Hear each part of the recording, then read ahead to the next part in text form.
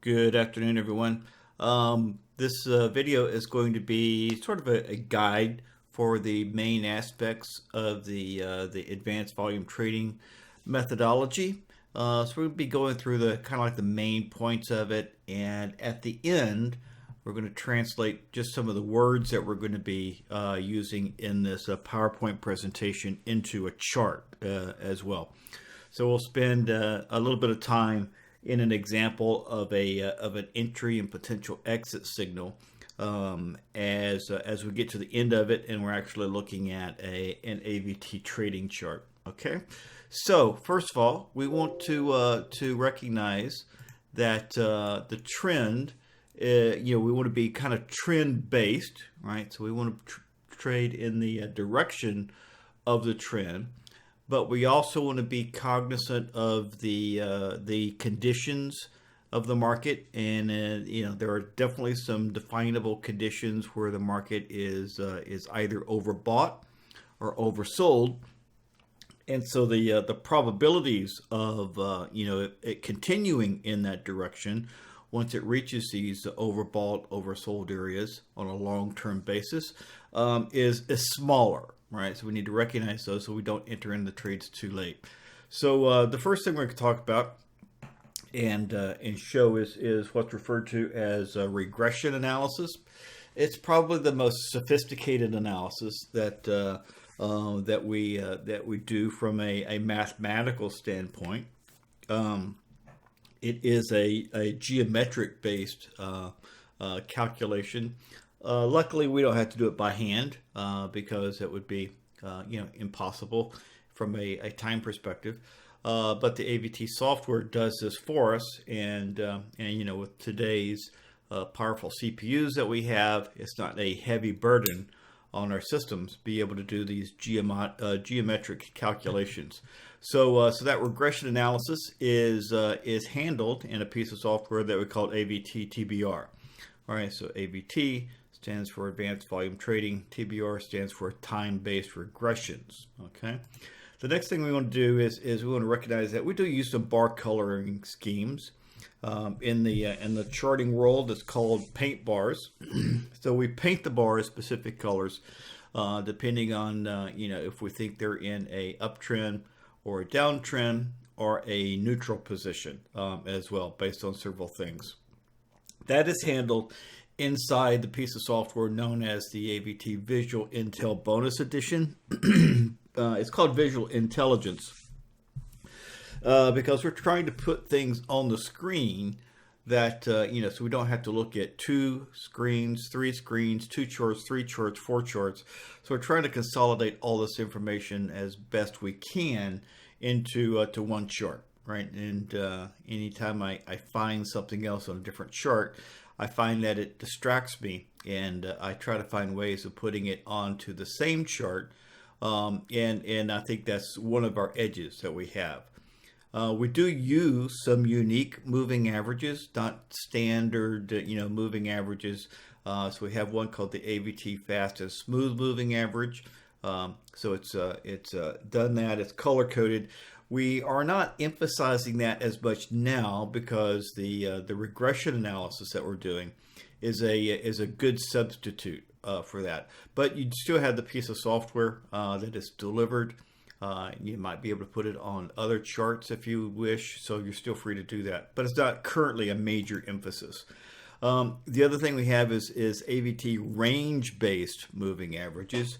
So tick charts and those sorts of things aren't necessarily good to be able to do moving averages on, but ranges are much better in that they don't really have activity. They're not activity based.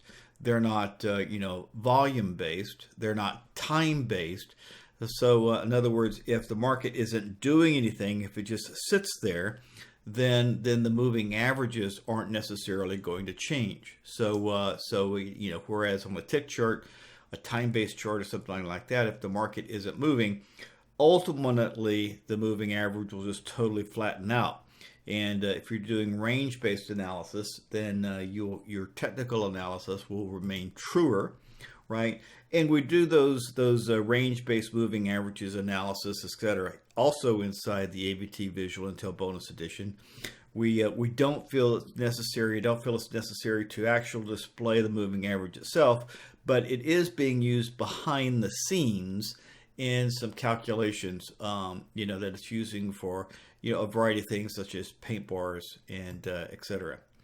We also need to understand price action based support and resistance. Okay, this is important. So there are multiple examples of that, and we use those. The first thing we'll talk about is floor trader pivots. Floor trader pivots aren't new. They have literally been around for decades and decades, even before computers were used in the process of being able to trade the markets. The pit traders who used to hold up pieces of paper and hand signals, etc., which is greatly diminished today, would actually have calculated these numbers the night before. They'd actually maybe have them on a piece of paper in their hands, or if they just remember them, and so it's sort of a self-fulfilling prophecy type of thing, right? Everybody knows what these numbers are. The levels are, the calculation equations for them are, public information, been around for a long time. You do just have to know what numbers to input into them. And I've actually noticed a lot of, commercially available floor trader pivots get this wrong, especially the free ones. I mean, they're just not sophisticated enough to get this right. But ours does. It's called the AVT floor pivots, and it draws the lines automatically and horizontally across your screen. The next thing is, which is pretty undisputable in terms of the way the market behaves, is price action based pivots. So anytime price goes up, then comes back down, it leaves the highest point up there. And likewise, when it goes down and goes back up, that lowest point, those are called price action based pivots. You can define them with different strengths, and so we have made our choices. Those are automatically calculated and displayed using a piece of software called AVT SNR. SNR is for support and resistance. In addition to that, we have long-term overbought and oversold as well, right? So these are, it will reach these areas in the market maybe once, twice, 3 times a day, but it's not normally in a long-term overbought, oversold condition. So if you take a look at the charts, our charts on a time scale based kind of a deal, so we can see more time information. You'll notice that prices will enter these areas and then they will exit the areas. So knowing that it's in the process of exiting one of those particular areas, being overbought or oversold, is also a good way to start looking for an opposite trend to develop. And we have a special piece of software that does that for us, and it's called the AVT Overbought Oversold. So that's a useful piece of information as well. Then we have short-term overbought and oversold. Now these can happen multiple times and do happen multiple times per day. So we want to make sure that if we're going to buy into these short-term areas of overbought or sell into these short-term areas oversold, we don't take it in the extreme conditions of short-term overbought oversold, because it has a tendency to do some bounces or some pullbacks in these areas, and you don't want to enter a trade and have it immediately go against your position. So the calculations for that are performed and they're displayed again out of the AVT Visual Intel Bonus Edition, and those particular levels are called guide bands, right? I actually discovered and invented them to cure one of my past, trading mistakes that I would make. I would get a little bit too anxious to enter into a trade and thinking that it was going to continue, and then it would immediately pull back. So this is a invention that I created to cure one of my habits, and that was chasing the trade. And so again, to avoid that, we want to make sure we're monitoring the AVT guide bands, and again, that's inside the Visual Intel Bonus Edition, and we need to learn the long-term and overbought sold areas as well. So just need to monitor that as we're prefacing our trades, whether they be long or short. The other thing we want to emphasize is we want to follow the smart institutional based money, right? And we want to follow their direction, and we want to base that on volume. So this is one of the big advantages of advanced volume trading, in that we are able to display the volume in either the buying or the selling direction, and the combination with all these other factors as well. I'm the only one that does this, to my knowledge. I mean, you hear people talk about using volume in their trading decisions. It's on a much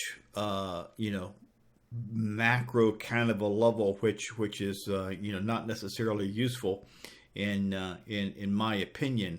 But we can actually see when institutional level volume comes in, and when it agrees with these other factors, then that's what we're looking for to be able to enter in a trade. And when we get to the end, we'll be showing you those examples of what that looks like. So we do it with individual bar and volume and ratio indications. So they're colorful. They kind of plot on the chart itself. And that's how we are able to find a lot of information. We also have a couple things, and those are also plotted inside the AVT Visual Intel Bonus Edition. That's the piece of software that's responsible for calculating and displaying that information. We also have the average volume ratio, and this is a kind of a separate subchart that we are able to use. And it's calculated, and it's useful in terms of making sure that on average we are trading in the direction of where the multi-bar volume ratio is heading as well. So that's a useful tool, and it's used in a couple of different manners. And then we finally have the AVT real-time bar volume. That's a separate piece of software, and it kind of displays what's going on dynamically inside the bar that is under construction right now.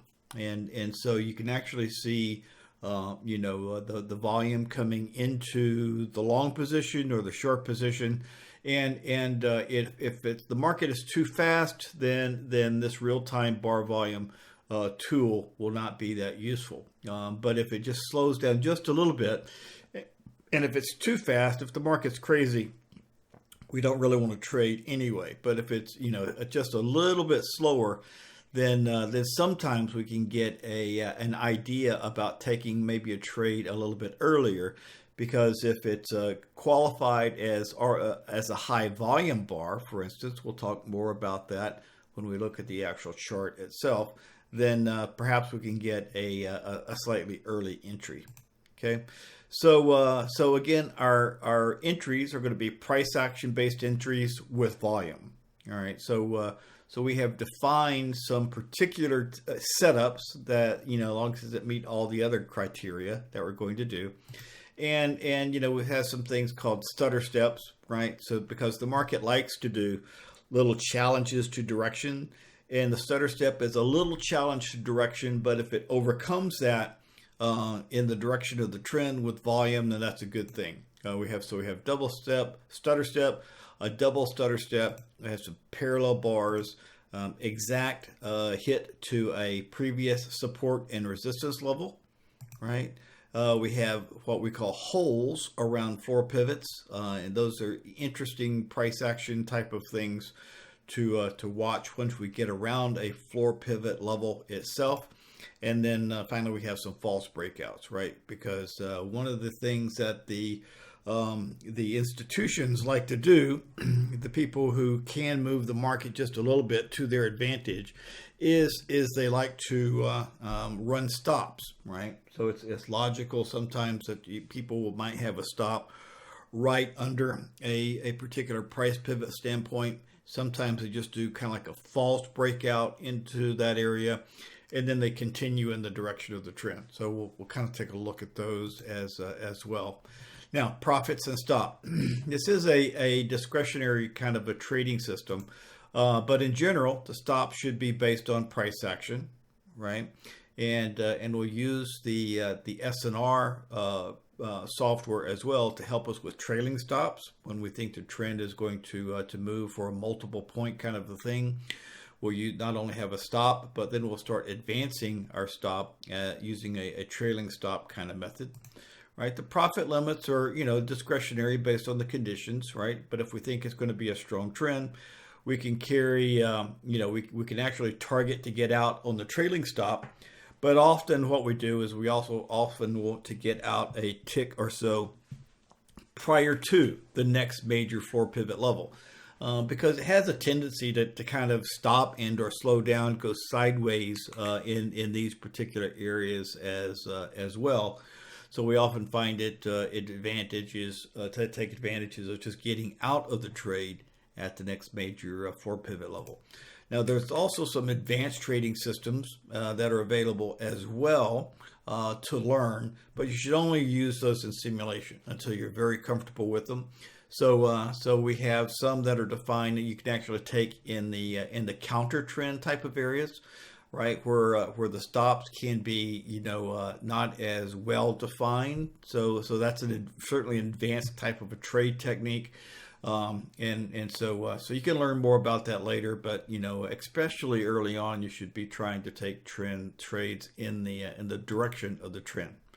Okay, just some helpful hints. Okay, be patient, wait for the very best setups, and the chart that I'm going to show you is the result of being patient and kind of show you the type of trades that you might be able to get multiple times per day, not just once, but multiple times per day, if you have the time to watch the market and being able to take these type of trades. We want to take trades in the direction of the TBRs. That's the time-based regressions and the price action breakouts, right? The chart that we're going to look at is an example of that as well.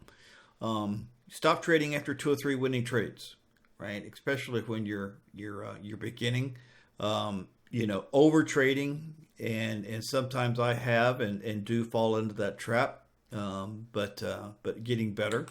But over trading is likely your worst enemy, right? In the trading world. We also want to be very careful about taking shorts when we're above R1. R1 is one of the defined floor pivot levels, right? And when it gets above R1, that's a sign that, the market is what I kind of term to be happy, right? A lot of people are kind of buying into the market, driving it up to higher levels. There's usually a reason for that. And there are institutions out there who can only buy, right? They can't sell short. So when it looks as though the market might be going up and they need to put money to work, right? They've got cash, they need to put it into the market. Then they're going to be waiting on these type of opportunities to put money into the market, since they can only hold long. And so for that reason, right, the market, in my opinion, does not have a tendency to pull back as much when it's in the happy mode. Conversely, right, when the market gets kind of low, right, I'm sure you've heard the term, buy on the dips, right? Well, in the S&P 500, which is what we're trading, there's a lot of people around that will wait and to buy on the dips. Well, that's true for stocks. It's true for indexes, etc. Right? So when these cash indexes, the S&P 500 cash index is going down, which means that the big weighted players in the S&P 500 are likely down as well. That's the opportunity for them to buy on the dip, right? So conversely, sometimes it's better if you're going to try to do a counter trend trade, in my opinion, to try to buy on the dips that might happen during the day as well. Okay, so in addition to that, we want to make sure that we don't take trend trades late in a market move, Okay, so and that's kind of defined as the long-term overbought or oversold. It can also be defined as how many times it's kind of penetrated the short-term overbought, oversold areas as well, right? So markets have a tendency to they can make one push in a particular direction. They can easily make two pushes in a particular directions. The third push is clearly not guaranteed, and each subsequent push in that particular direction is a lower probability of having follow through in that direction versus it making some type of a larger pullback. Okay, so we want to make sure we're not taking a trade too late in a particular market move. Okay, in addition to that, we want to watch for double tops and bottoms against the trade direction. Right, once a double top and or either short term or long term has been put in, then that can act as even greater resistance and or support, right, as depending on which direction the market is going. And lastly, the last bit of advice that I would like you to heed both seriously is not to get in a hurry and don't trade real money until you're consistently making money in simulation. So the market was going to be here tomorrow, and it's going to be here next week, and it's going to be here next month, and it's going to be here next year and years, and that's going to be the case, right? So give yourself plenty of time to learn, give yourself plenty of time to experiment, and gain some experience in trading this method and trading in general.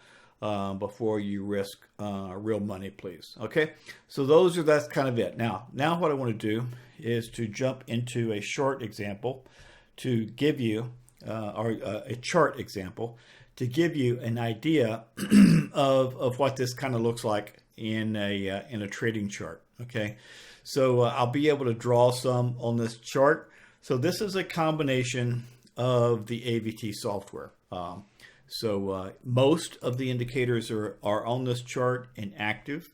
So we can just kind of look at the list. If we just do a right click and do format indicators, this is a list of the software that's loaded onto to this chart. So again, there's the average volume ratio, bar speed, bias, floor pivots, overbought, oversold, real-time bar volume, which we won't see on this chart because this is not real time, right? So it would be overall far over to the right. The support and resistance level, the time-based regressions, time markers, and the volume bonus intel. So let's talk about these things a little bit, and I'll just kind of point them out. Okay, so the lines that are going across horizontally, like you'll see one here, a major line here, see a major line here, and one down here, right? So the market is pretty happy at this particular point in time. It's relatively early in the morning. This first cross line is R1. No, excuse me, it's R2. And this is R3, and this is alternate R3, all of which have standard industry kind of definitions. and the software is plotting them automatically for you. So that's what those horizontal lines are. Let's just cover the subcharts real quick. This is the average volume ratio, right? So as you can see, as the average volume ratio gets really cyan and stays cyan, right? As an example, the market is moving up. So let me continue to clean this out a little bit. This grouping of lines that you see right here, in addition to the blue line up there, are the time-based regressions, right? And that's what we have. That's what we use to mainly identify, especially when they're all going in the same direction, what the trend is. Okay, and so we want to trade in the direction of the trend. The things that you see below the candles, for instance, are the volume ratios of buying. If it's below the bar, then it is buying ratios. If it's above the bar, then it's selling ratios. I'm not going to get into excruciating detail here, but that's the general direction. The white band that you see is, above the price action and below the price action. The solid one is referred to as the guide band. Right? We initially want to take our entry either long or short, certainly inside of those guide bands. Price action can go outside. As you can see, it actually does in this area, right? It actually can go outside, but you want to take your initial entry inside of these guide bands. This little dashed one that you see tracks the guide band, and it's kind of what I call, if I use baseball analogy, that's kind of like the warning track. Okay, so if you start to hit that, that's kind of like the warning track of, hey, you might be getting a little bit too high to take this trade. So you may have missed an opportunity either prior or, just like it's kind of a warning. Think about taking those. You should be thinking a little bit more seriously about taking this trade. There's one other line that's in here that's used, and that's this one right here. And it's actually more of a standard indicator. Now, you can't get this as a standard indicator on this type of a chart. It requires a lot of software technique to be able to do this, but that's actually just a 20 period moving average, right? So we use that in combination with the TBRs. So notice how these things are in agreement. Number one, they're in agreement. And number two, for right now anyway, they're in a relatively tight range, right? So price action and the regressions of moving averages are in a relatively tight range. We can also see that we're coming from, a lower area, right? And we've been making higher highs. This little dash line is actually an all session high for the day. So we are making new highs. So in any attempts to sell the market is not being successful, right? So we are continuing to move up. So just picking this as an example. This little white arrow here is manually drawn in. So I placed that. And I placed it as an example of where we could be thinking about taking this long entry. So that would be a good location. And, in addition, there's really nothing wrong with this one either, or that one, as a matter of fact. They would all qualify as reasonable entry levels in the long direction to follow this trend example. Right, so we are, we've got plenty of space before it hits this one, right, to just take a sharp profit if we choose to, so we're not buying right into it. Notice that we did get a small pullback there, or we could use the trading stop technique. So let's just use this entry point as an example, right, and mainly because we can use the round numbers. So we would have entered in the market at 28.14 at this particular point in time. Okay, so if we were to get out right before in this case R3, it would be 15 and a half, 15 and 3/4, and it would only be a one and a half point trade or something like that. But this is a pretty tight looking trend. We've been in it for a while. So if we use the trailing stop method, right, this green line here is the support and resistance, the price action based support and resistance, and our trailing stop method, will move up each time that support and resistance level increases, and we don't want to put our stops right on it. Right, because we don't want to get stopped out if they just want to come back and test the support and resistance level. So we would keep our stop about 2 ticks underneath each one of these. So we would initially have moved our stop up to 2 ticks below this level, which would have been profitable, right? Guaranteed a profit on the trade. Then we would have moved it up here, right? Then we would have moved it up here, and each time it moves up, we just continue moving it up, right? So ultimately, it got pretty close there. It got within 1 tick of stopping out here, right? Then we're moving it up. And let me see if I can move this over a little bit. Should be able to do that, and see where we ultimately would have ended up. So so as you can see, we would have ended up stopping out right there, like one tick above alternate R3. Okay, so the other thing we could have done is we could have exited, like a tick before the next major support and resistance level as well, which would be the sword pivot, right? And as you can see, you would have almost been stopped out had you chosen your trailing stop to be down here, versus just go ahead and taking your profit here. So it's always a discretionary type of thing. You can do what you want to.